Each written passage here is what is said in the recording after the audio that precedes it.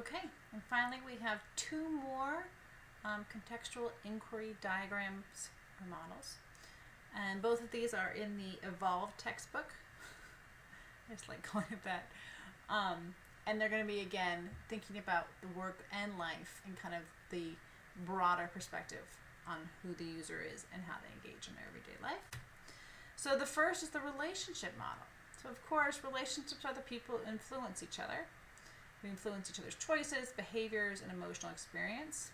One of the things that kind of bugs me about the textbook is it assumes all relationships are positive and transformative, and if you design for them, it could be this amazing thing. Now, of course, some relationships are, but some are not. So I think it's important to think through what are the positive kind of, what are the relationships that bring out different kinds of emotional valence. They're not all positive, they're not all negative. As we all know, every actual relationship is much more complicated.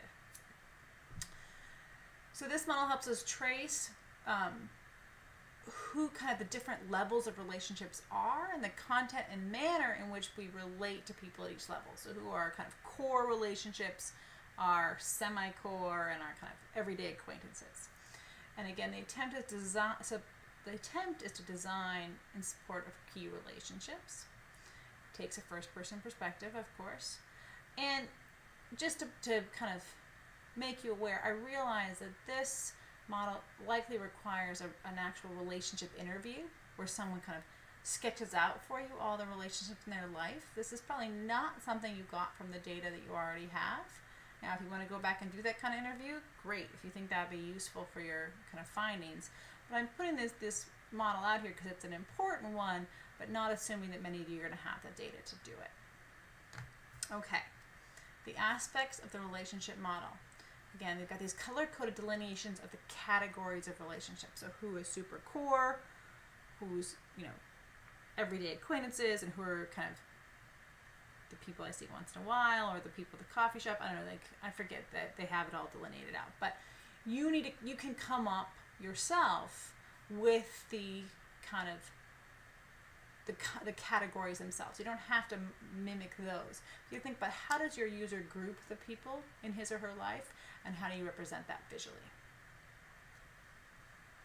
And then you're going to put descriptions of all the different kinds of people that fit within each grouping. So if it's family and friends, it could be your kids, your parents, your best friend from childhood, right? The really close core people.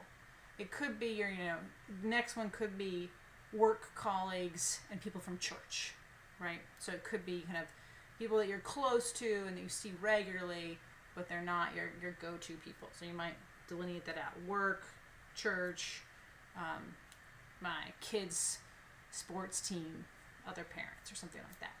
And then you could be the people I see all the time, but I'm not really friends with at all. Which could be, again, work colleagues, the people at the stores or the coffee shops you frequent, whatever that might be. You have to come up with the categories, oftentimes actually with your interviewee, and help put them into kind of use the interviewee as an informant that helps you group these different relationships and how the interviewee makes sense of them and experiences them. And what can it help you see? Well, it can help you see these kind of hierarchies of closeness, and interestingly, the communication channels, and kind of I would add in there that the temporal patterning of how we maintain these different relationships. And I think this is really important because a lot of social network analysis tends to make assumptions about what relationships are and what they mean to people based on things that I don't think necessarily indicate what they're trying to suggest they do. So, if I talk to someone every day, that doesn't maybe mean they're someone I trust a whole bunch. It doesn't mean they're someone that I'm particularly close to. It could be that there are reasons I talk to them every day that don't have to do with how kind of emotionally connected I am to that person. Now, there are people I talk to once a year who are rock solid, who I've known for, I know will always be there for me, will drop everything if I need them, that I trust completely, but you're not seeing that in my everyday communication patterns. So we make these broad assumptions between communication patterns and the quality of the relationship. I think it can be a little suspect. And this model is really nice at trying to tease that apart. So I think it's more nuanced than other forms of delineating relations. Okay, so here's the example that they use in the textbook. There's me at the top, whoever me is.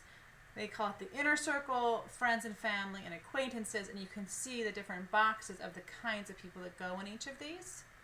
And then I like that on the right-hand side, they have a little story about who these people are and kind of what's the nature of the interaction I have with them. And for all of these, both within the bubbles and on the right-hand side, we're going to look at channels of communication. So how do I get in touch with these people? How often? In what way? So that's where you get at this kind of a more nuanced understanding of the relationship between the kind of relationship it is and the communication practices and technologies I use to maintain that relationship, whatever that means, right? Because some relationships have to be maintained daily, and some, can be maintained once a year, depending on the nature of the relationship. So I find that really helpful. Okay. And last but not least is the collaboration model.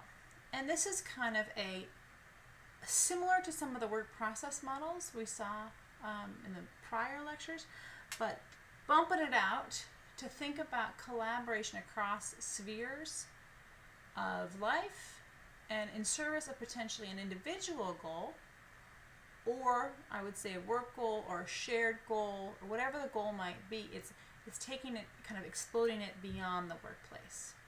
And so in doing so, it allows us to kind of think about the key collaboration partners that we need to accomplish that goal. Now, maybe the goal is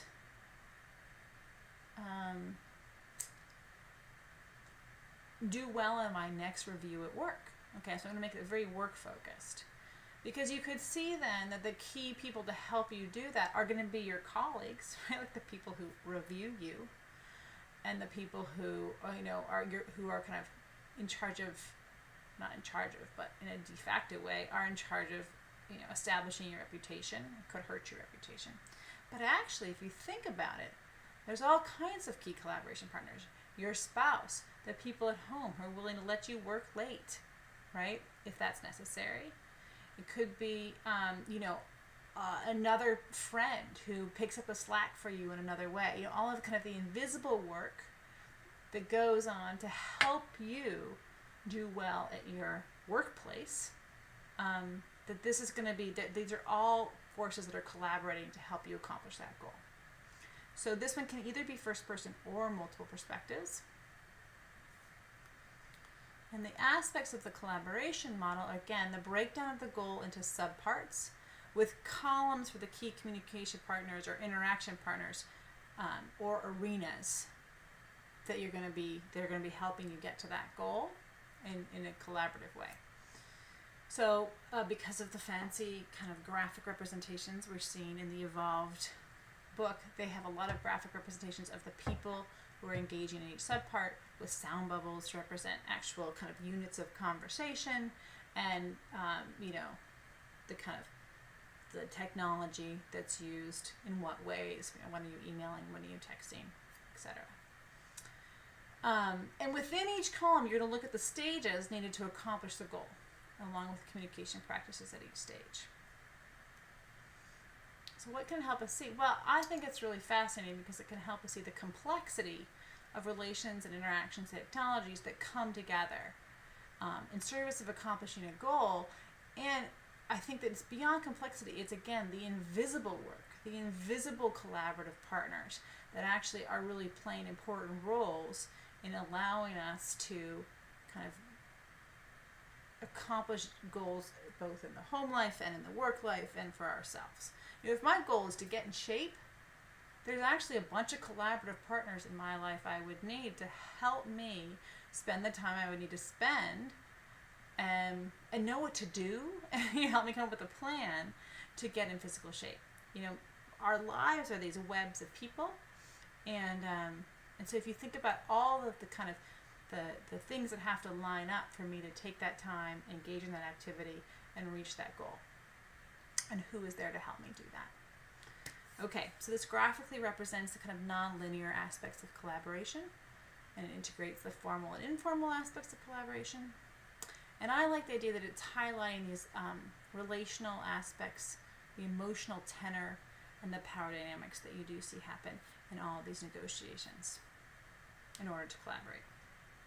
So here is the very elaborate diagram from our textbook, and you can see this is again all about travel. So you've got the person planning the trip with a travel agent or a co-planner. They're coordinating with all the people in their lives. And then here on the right, they're actually coordinating specifically with the person they're traveling with. And there's sound bubbles, there's technological representations, there's representations of the people, etc., etc. Examine this closely. There's a lot going on there, but it's quite interesting. Okay, that's it. Good luck. Have fun mapping your data.